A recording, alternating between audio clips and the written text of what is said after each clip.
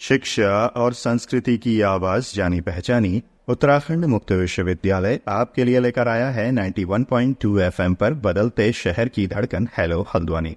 दोस्तों, हेलो हल्द्वानी एक सामुदायिक रेडियो है। इस रेडियो पर हम समुदाय और समाज की जागरूकता के लिए कई तरह के कार्यक्रम लेकर आते हैं, तो वहीं विश्वविद्यालय से जुड़े हुए शिक्षार्थियों के लिए भी कई तरह की जानकारियां हम यहाँ पर लेकर आते हैं।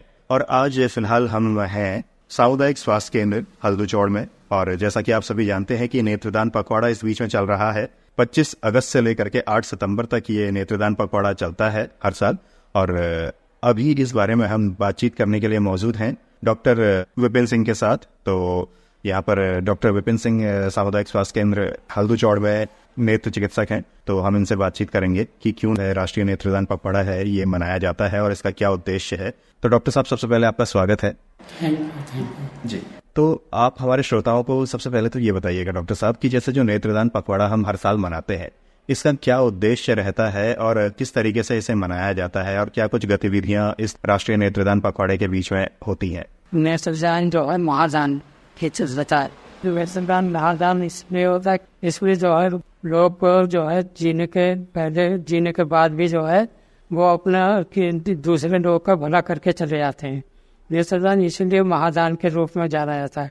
कोई भी व्यक्ति 2 साल से लेकर जो है 70-75 वर्ष तक आदमी जो है नेत्रदान कर सकता है। उसमें उसके मृत्यु के उपरांत जो है किसी भी व्यक्ति को जो है 6 से 8 घंटे के अंदर जो है कार्निया को जो है कि निकटतम जो है हमारे जैसे हमारे हल्द्वानी शहर में सुशीला तिवारी में नेत्रदान की सुविधा उपलब्ध है।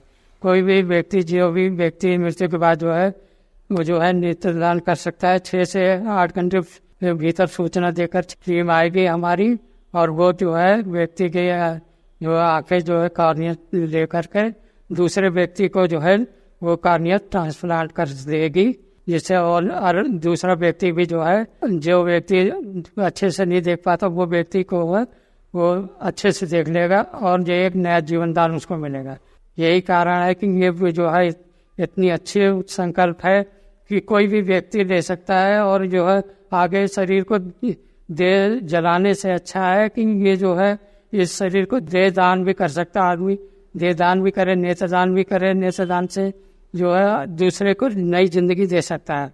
जैसे ये आपका 25 अगस्त से लेकर के 8 सितंबर तक नेत्रदान पखवाड़ा हर साल मनाया जाता है, तो इसमें क्या कुछ गतिविधियां इस बीच में की जाती हैं? क्या कुछ इसमें कार्यक्रम आयोजित किए जाते हैं? इसके लिए जो है हम जितने भी हमारे पेशेंट आते हैं उनको और उनके जो आने वाले जो उनके संबंधी है उनको हम जागरूक करते हैं, ताकि जो भी व्यक्ति आए कि भाई आपको जो है इस नेत्रदान से क्या फायदे हैं। ये फायदे हैं वो आपके आने वाले पीढ़ी या आने वाले जो भी भविष्य है उसको हम बेहतर बना सके। ये हमारा संकल्प रहता था कि आगे भी वो व्यक्ति भी दूसरे व्यक्ति को आगे भी ये ट्रांसफर कर सके कि हम दूसरे व्यक्ति भी जीवन को आगे बढ़ा सके, इस योजना को आगे बढ़ा सके, उसके संबंधी भी जिन्होंने नेत्रदान कर सके। इससे आगे भी जितने भी अंधे व्यक्ति घूम रहे हैं और जो कार्निया से पीड़ित हैं मरीज, उनको जो है नया जीवन दान मिल सके, ताकि वो भी जो है इस संसार में दृष्टि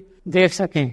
तो डॉक्टर साहब, जैसे आपने हमारे श्रोताओं को बताया कि नेत्रदान पखवाड़ा मनाने के पीछे जो उद्देश्य है वो ये है कि लोगों को नेत्रदान के लिए जागरूक करना, और साथ ही इस राष्ट्रीय नेत्रदान पखवाड़े के दौरान में कई जगह पर कैंप लगा करके भी नेत्रदान के लिए जागरूक किया जाता है। लगभग हर चिकित्सालय में जहाँ पर भी इस तरीके की सुविधाएं हो वहाँ पर लोगों को जागरूक किया जाता है। ये भी आपने हमारे श्रोताओं को बताया। तो जैसे हम देखते हैं कि हर साल राष्ट्रीय नेत्रदान पखवाड़ा मनाया जाता है, तो क्या लगता है आपको कि लोग किस हद तक इसमें जागरूक हो रहे हैं, या फिर जो लोग प्रेरित हो रहे हैं नेत्रदान के लिए, किस हद तक लोग प्रेरित हो पा रहे हैं? नहीं, काफी अच्छा रिजल्ट रहा। इस जो है पिछले वर्ष भी काफी अच्छा रिजल्ट रहा। मतलब 100 में ये समझ लीजिए 60% लोगों ने नेत्रदान का संकल्प लिया, और उन्होंने किया भी है, नेत्रदान किया भी। उन्होंने फार्म भर करके हमारे यहाँ जमा किए हैं, काफी लोगों ने जमा किए। जैसे इससे पहले मैं बेस चिकित्सालय में, तो वहाँ पे भी काफी लोगों ने नेत्रदान किया, जिसकी रिपोर्ट जो है सुशीला तिवारी STS हॉस्पिटल के लिए रेफर कर दी गई। वहाँ से उनको कार्ड भी मिला है। जो इस तरह से ये योजना लगातार आगे बढ़ती ही जा रही, निरंतर कार्य जो है लोग जागरूक भी हो रहे, जागरूक होकर ये इस योजना के लोग बहुत आगे हद तक सफल बनाया लोगों ने। इसके लिए हम लोगों का बहुत तहे दिल से हम धन्यवाद करते हैं कि वो आगे भविष्य में भी इस तरह से और हमारा साथ देंगे।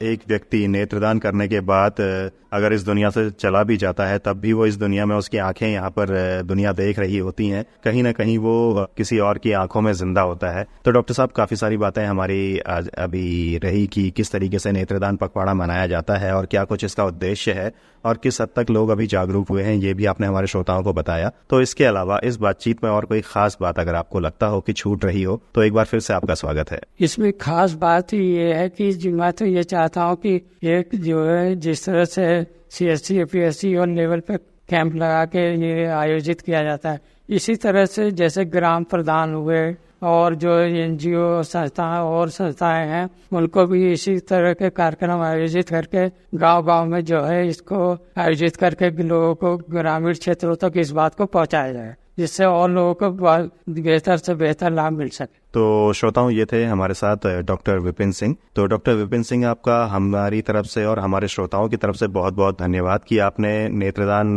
को लेकर के और राष्ट्रीय नेत्रदान पखवाड़े को लेकर के हमारे श्रोताओं के सामने ये सारी बातें रखी, सारी बातें साझा की। तो आपका बहुत बहुत धन्यवाद जी। और दोस्तों, इसी के साथ मैं अनिल भी चाहूंगा इस कार्यक्रम से इजाजत। फिर आपसे मुलाकात होगी, तब तक के लिए नमस्कार।